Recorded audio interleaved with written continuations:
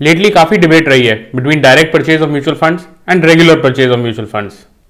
बहुत कुछ कहा गया है और लिखा गया है about the kind of savings that you can make अगर आप डायरेक्ट रूट के थ्रू परचेज करते हैं म्यूचुअल फंड्स। बट क्या एक्सपेंस रेशियो ही ऐसा फैक्टर है जिसके बेसिस पर आपको अपने mutual fund purchase decisions base करने चाहिए, या फिर एक फाइनेंशियल एडवाइजर या म्यूचुअल फंड डिस्ट्रीब्यूटर कुछ ऐसा वैल्यू ऐड कर सकता है जिसके कारण जो रिटर्न्स हैं वो जो एक्सपेंस रेशियो है उसको जस्टिफाई कर दें। इसी टॉपिक पर डिटेल में चर्चा करने के लिए आज हमारे साथ एक बहुत ही स्पेशल गेस्ट जुड़े हुए हैं। बट इससे पहले कि मैं उनको इंट्रोड्यूस करूं, please do take that 1 second to subscribe to our channel for regular updates on many more such videos. मैं हूं गौरव सेठ और आप देख रहे हैं जेड फंड्स। आज हमारे साथ एक स्पेशल गेस्ट जुड़े हुए हैं जो कि इन्वेस्टमेंट इंडस्ट्री में बहुत ही एक्सपीरियंस्ड है और म्यूचुअल फंड इंडस्ट्री में ही इज हाईली रिस्पेक्टेड। आज के हमारे डिस्कशन में पार्ट लेने के लिए हमारे साथ हैं mister Rahul Singh from Tata mutual funds. Rahul ji के पास 24 सालों से ज्यादा का एक्सपीरियंस है इन द इन्वेस्टमेंट इंडस्ट्री। ये 2018 से टाटा एसेट मैनेजमेंट लिमिटेड के साथ हैं and he is the CIO of equities. इससे पहले Rahul ji was the managing partner at ampersand capital investment advisors LLP. उससे पहले इन्होंने स्टैंडर्ड चार्टर्ड और सिटी ग्रुप जैसी कंपनी के साथ भी as head of equity research काम किया हुआ है। Rahul ji holds a BTech from IIT Mumbai and an MBA from IIM Lucknow. So let's not waste any more time and invite करते हैं अपने चैनल पर राहुल जी को। नमस्कार Rahul ji and welcome to our channel Z funds. नमस्कार गौरव, टाटा म्यूचुअल फंड की तरफ से आपके सारे व्यूअर्स और क्लाइंट्स को मैं थैंक्स बोलना चाहूँगा to invite me on your show and to listen to my views. आज हम आपके साथ एक ऐसे टॉपिक पर बात करना चाहते हैं जो कि पिछले 2-3 सालों में डिबेट का एक हॉट टॉपिक रहा है, direct versus regular mutual funds. So let's start by understanding कि डायरेक्ट प्लान और रेगुलर प्लान में डिफरेंस क्या है म्यूचुअल फंड्स में, और किस तरह के इन्वेस्टर्स के लिए एक डायरेक्ट प्लान सूटेबल है versus a regular plan for what kind of investors. SEBI ने डायरेक्ट ऑप्शन कुछ सालों पहले शुरू किया था और वो काफ़ी अब पॉपुलर हो गया है। डायरेक्ट ऑप्शन मेरे हिसाब से उन लोगों के लिए सूटेबल है जो खुद मार्केट के बारे में थोड़ी बहुत जानकारी रखते हैं, जो खुद डेट और इक्विटी के बीच में एलोकेशन कर सकते हैं, जिनने अपने पर्सनल सेविंग्स और उनको कैसे मैनेज करना है का फेयरली गुड आइडिया है। और सबसे बड़ी बात यह है कि जो खुद अपने सेंटिमेंट्स और साइकोलॉजी को हैंडल करके इन्वेस्टमेंट में खुद से मैनेज कर सके, उसके लिए डायरेक्ट फंड्स काफ़ी सूटेबल है। जिसके पास ज़्यादा समय नहीं है और जिन्हें ज़्यादा समझ नहीं है उनके लिए रेगुलर ऑप्शन मैं सजेस्ट करूँगा और बाकी लोगों के लिए डायरेक्ट ऑप्शन। राइट, सो काफ़ी नए प्लेटफॉर्म्स आ गए हैं over the last few years जो कि म्यूचुअल फंड्स ऑफर कर रहे हैं on the click of a button. ये प्लेटफॉर्म्स हैं जो डायरेक्ट म्यूचुअल फंड्स ऑफर करते हैं। प्लीज हमें बताएं कि आप क्या ट्रेंड्स देख रहे हैं over the last few years in terms of AUM and the number of investors that are moving towards direct और रेगुलर, और आप इस ट्रेंड को आगे कैसे जाते देख रहे हैं। ये आपने बहुत सही सवाल किया है, क्योंकि हमने देखा है कि लॉकडाउन में जब कोविड शुरू हुआ और पिछले 6-7 महीने में हमने देखा है कि डायरेक्ट ऑप्शन का प्रोपोर्शन काफ़ी बढ़ गया है। हमारे लिए भी जो पहले 15-20% होता था, अब डायरेक्ट ऑप्शंस करीबन 40% या कभी कभी उसके ऊपर भी हमारे कंट्रीब्यूशन में डायरेक्ट ऑप्शंस आ रहे हैं। कुछ तो ये कोविड की वजह से हुआ है और कुछ मुझे लगता है ये लॉकडाउन ख़त्म भी हो जाए और जब जैसा कि हो रहा है तो भी कुछ ये ट्रेंड जो हैं हमारे साथ रहने वाली हैं। जो इन्वेस्टर्स ज़्यादा कंफर्टेबल हो गए हैं डिजिटली डायरेक्ट हमारे वेबसाइट टाटा म्यूचुअल फंड के वेबसाइट पे आके इन्वेस्ट कर रहे हैं या किसी और पार्टनर के वेबसाइट पे जाके इन्वेस्ट कर रहे हैं, ये ऑप्शंस अब लोगों को ज़्यादा आसान लगने लगा है। और ये केवल इन्वेस्टमेंट की बात नहीं है, केवल म्यूचुअल फंड की बात नहीं है। आप देखेंगे कि आपके नॉर्मल शॉपिंग में भी ये ट्रेंड काफ़ी बढ़ गया है और म्यूचुअल फंड उसी का एक हिस्सा है। मुझे लगता है कि हम जब नॉर्मलसी की तरफ जा रहे हैं अब, तो भी जब हम फुल नॉर्मलसी में जाएंगे तो भी मुझे नहीं लगता है कि हम वो 15-20% डायरेक्ट ऑप्शन में वापस जाएंगे। हो सकता है 40-45%, 50% नहीं रहे, बट कहीं ना कहीं हमारा जो डायरेक्ट ऑप्शन का जो प्रोपोर्शन था वो अब कोविड के पहले से, और अगर मैं 1 साल बाद देखूं तो डेफिनेटली वो ज़्यादा रहेगा। और ये ट्रेंड मुझे लगता है हेल्दी ट्रेंड है और जो लोग कंफर्टेबल हो गए हैं वो यहीं इसी मोड के जरिए और इन्वेस्टमेंट करते रहेंगे। हमने नोटिस किया कि जो रिटेल इन्वेस्टर्स हैं उनका इनडायरेक्ट प्लान्स में चर्न काफ़ी ज़्यादा है। क्लिकिंग इन एंड आउट इतना कन्वीनियंट है कि ये इन्वेस्टर्स म्यूचुअल फंड्स लेकर या SIP स्टार्ट करके एग्जिट भी उतनी जल्दी कर जाते हैं। This defeats the entire fundamental principle of investing जो कि लॉन्ग टर्म इन्वेस्टिंग है। How do you view this? आपके हिसाब से व्हाट इज द इशू? गलत funds, easy to click action, no advice, या फिर कुछ और?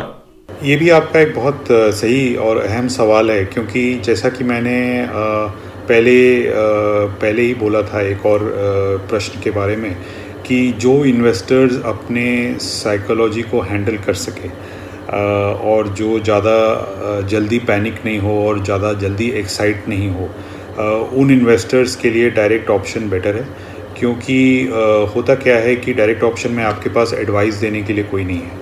तो अगर आप मार्केट बहुत तेज़ी से बढ़ रहा है या बहुत तेज़ी से गिर रहा है, तो या तो आप पीक पे आप एंटर करेंगे या बॉटम पे आप एग्ज़िट कर जाएंगे। एंड वो गलतियाँ नॉर्मल कोर्स में भी होती हैं, लेकिन अगर कोई एडवाइस देने वाला हो तो कहीं ना कहीं एक कुशन और एक सेफ्टी वॉल बन जाती है आपके एडवाइस प्रोसेस में, जो कि अगर आप खुद अकेले देख रहे हैं और मार्केट देख रहे हैं, मार्केट का उतार चढ़ाव देख रहे हैं, और अगर आपकी साइकोलॉजी और आपकी माइंडसेट बहुत जल्दी एक्साइटेड हो जाने की है या बहुत जल्दी आप डिप्रेस्ड हो जाएंगे मार्केट को देख के, तो उससे ये गलतियाँ होती हैं। तो ज़्यादा गलतियाँ जो मुझे लगता है होती हैं वो आपके खुद को इमोशंस को हैंडल करने में होती हैं। एडवाइज़र केवल हेल्प कर सकता है, लेकिन अल्टीमेटली डिसीजन आपका है। तो एडवाइज़र हेल्प भी करेगा, अगर आप ज़्यादा इमोशनल हो जाएंगे तो आप गलत डिसीजन तब भी हो सकती है। सो डायरेक्ट ऑप्शन में डेफिनेटली इसका ज़्यादा इम्पैक्ट हो सकता है, क्योंकि आप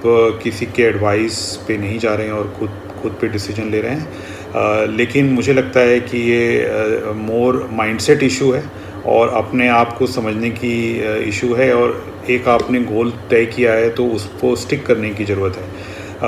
एंड एडवाइस से उसका रिलेशन है, लेकिन बहुत स्ट्रांग भी नहीं है। मैं कई साइट्स और ब्लॉग्स पर जो एक argument in favour of direct mutual funds पढ़ता रहता हूं, वो है कि आप आधा या 1% कमा सकते हैं by investing through the direct mutual fund method. But कई लोग इस बात पर एम्फेसिस नहीं डालते कि एक गलत फंड आपके कैपिटल को 1% से कई ज्यादा का लॉस जनरेट करके दे सकता है। आपके क्या व्यूज हैं इस पे? Is cost really the most important factor while selecting funds? देखिए, डायरेक्ट ऑप्शन में बात तो सही है कि आप 1% सेव कर सकते हैं, लेकिन केवल कॉस्ट सेविंग के लिए मैं ये रिकमेंड नहीं करना चाहूँगा, क्योंकि जैसा कि मैंने पहले भी बोला, जब तक आप एक डिसिप्लिन तरीके से इन्वेस्ट नहीं कर सकते हैं तब तक डायरेक्ट ऑप्शन काफ़ी ख़तरनाक ऑप्शन हो सकता है। क्योंकि अगर आपका डिसिप्लिन नहीं है और आप ज़्यादा इमोशनल हैं तो वो आपको उसमें लॉस भी हो सकता है, और अगर एडवाइज़र होता तो वो शायद आपके प्रोसेस को ज़्यादा अच्छे से मैनेज कर सकता। तो आपके पास समय होना चाहिए, मार्केट की जानकारी होनी चाहिए। अगर आपके पास समय भी नहीं है, मार्केट की जानकारी भी ज़्यादा नहीं रखते हैं या रुचि नहीं रखते हैं, और अगर आप बहुत जल्दी डिसीजन लेना चाहते हैं या फिर बहुत जल्दी इमोशनल हो जाते हैं मार्केट को लेके, तो फिर आपके लिए डायरेक्ट ऑप्शन उतना शायद सूटेबल ना हो। क्योंकि अगर आपको मार्केट की समझ है तो फिर भी आप अपने इमोशंस पे कंट्रोल कर सकते हैं, लेकिन अगर आपको समय नहीं है और मार्केट की ऊपर से जानकारी है तो इमोशंस को हैंडल करना थोड़ा मुश्किल हो जाता है। तो इसलिए मैं बोलूँगा कि आप अपने सिचुएशन को देख के आप डिसाइड कीजिए कि डायरेक्ट ऑप्शन में रखना है या रेगुलर ऑप्शन में रखना है। 1% कॉस्ट सेविंग देख के बहुत ज़्यादा इसमें डिसीजन नहीं लेना चाहिए मेरे हिसाब से। राइट। इन दैट केस आपके हिसाब से वो टॉप 3 चीजें कौन सी हैं जो किसी भी इन्वेस्टर को देखनी चाहिए बिफोर सिलेक्टिंग अ फंड? जो 3 चीज़ें मैं बोलूँगा फंड सिलेक्शन के लिए, एक तो track record of the fund manager, track record of the fund house, whether it is a stable fund house, fund manager कितने दिन से उस फंड को मैनेज कर रहा है और उसका लॉन्ग टर्म ट्रैक रिकॉर्ड क्या है। लॉन्ग टर्म का मतलब है 3 से 5 साल, ये नहीं कि 6 महीने से 1 साल। तो वो दूसरी चीज़ है। तीसरी चीज़ ये है कि जो भी आप फंड लें वो एक डाइवर्सिफाइड फंड लें शुरू में। Multi cap fund best option है मेरे हिसाब से in the current scenario, because mid cap small cap जो सेगमेंट्स हैं वो भी अब अच्छा करेंगे मुझे लगता है। So multi cap segment is the best segment to be invested in, और उसके बाद आपको फंड मैनेजर और फंड का लॉन्ग टर्म ट्रैक रिकॉर्ड देख के इन्वेस्ट करना चाहिए। ग्रेट। तो टाटा एएमसी के फंड्स में म्यूचुअल फंड डिस्ट्रीब्यूटर्स और एडवाइजर्स का क्या इंपॉर्टेंस और रोल है? टाटा म्यूचुअल फंड अपने सारे एडवाइज़र्स और चैनल पार्टनर्स को काफ़ी इम्पोर्टेंट समझता है। हमारे काफ़ी सारे फंड्स सेक्टर फंड्स हैं जिनमें एडवाइज़र की एडवाइस की सख्त ज़रूरत होती है कि कब उसमें एंटर करना है, कब एग्ज़िट करना है। हमारे पास काफ़ी सारे फंड्स हैं जो हाइब्रिड कैटेगरी में हैं, balance advantage fund, arbitrage fund, multi cap, mid cap, small cap, तो कौन से फंड में कब एंट्री करनी है और किस पॉइंट ऑफ टाइम में आपको किस तरीके से इन्वेस्ट करना है, स्टैगर्ड या लमसम, इन सब चीज़ों के लिए आई थिंक एडवाइज़र काफ़ी इम्पॉर्टेंट रोल अदा करता है। और जैसा कि मैंने बोला, काफ़ी सारी पॉपुलेशन और जो इन्वेस्टिंग पॉपुलेशन है या इन्वेस्टिंग बेस है, वो उनके पास अपने खुद के जॉब के बाद समय कम रहता है, और इसीलिए अगर वो केवल प्राइस देख के डिसीजन लेंगे तो वो डिसीजन गलत हो सकती है। तो इस तरीके की एडवाइस के लिए टाटा म्यूचुअल फंड काफ़ी ज़्यादा इम्पोर्टेंस देता है अपने एडवाइज़र्स को, क्योंकि हमारे पास जो रेंज ऑफ फंड्स हैं उसमें कैसे सिलेक्शन करना है, कैसे प्लानिंग करनी है, इन्वेस्टिंग गोल्स जो क्लाइंट्स के हैं उसके बेसिस पे वो बहुत ज़्यादा मायने रखता है। Very nice, thank you Rahul ji for joining us for this great discussion. I hope to connect with you sometime again very सून।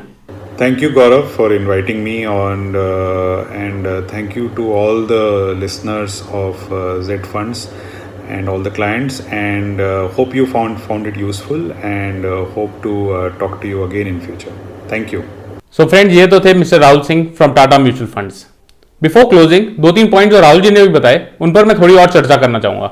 एक तो बहुत जरूरी है ये समझना कि डायरेक्ट ऑप्शन उन लोगों के लिए सही है जो कि मार्केट की और म्यूचुअल फंड्स की पूरी तरह समझ रखते हो, और साथ ही साथ जिनके पास समय भी हो to be able to track and manage their portfolios on a regular basis.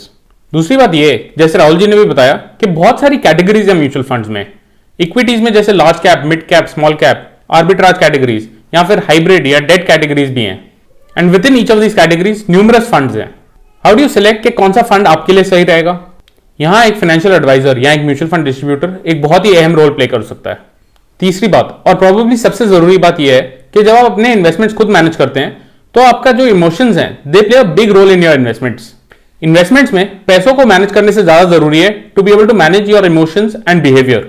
As human हमारी टेंडेंसी रहती है to get fearful and panic या to get greedy and get carried away, और इन दोनों कंडीशन में हम गलत डिसीजन ले लेते हैं। यहां पर एक फाइनेंशियल एडवाइजर एक फ्रेंड का रोल प्ले कर सकता है, where he can make sure कि आपका जो इन्वेस्टमेंट प्रोसेस है वो एक डिसिप्लिन वे में चलता रहे। आई होप आपको ये वीडियो इन्फॉर्मेटिव लगी।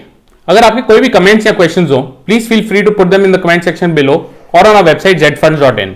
आप प्ले स्टोर से हमारा ऐप Z Funds भी डाउनलोड कर सकते हैं, जिसकी मदद से आप अपने इन्वेस्टमेंट्स मैनेज कर सकते हैं, और साथ ही साथ अपने नजदीकी फाइनेंशियल एक्सपर्ट से व्हाट्सएप पर चैट भी कर सकते हैं। इस ऐप का लिंक हमने नीचे डिस्क्रिप्शन में भी दिया है। इस वीडियो को लाइक करना और इस चैनल को सब्सक्राइब करना मत भूलिएगा। Thank you for watching Z Funds।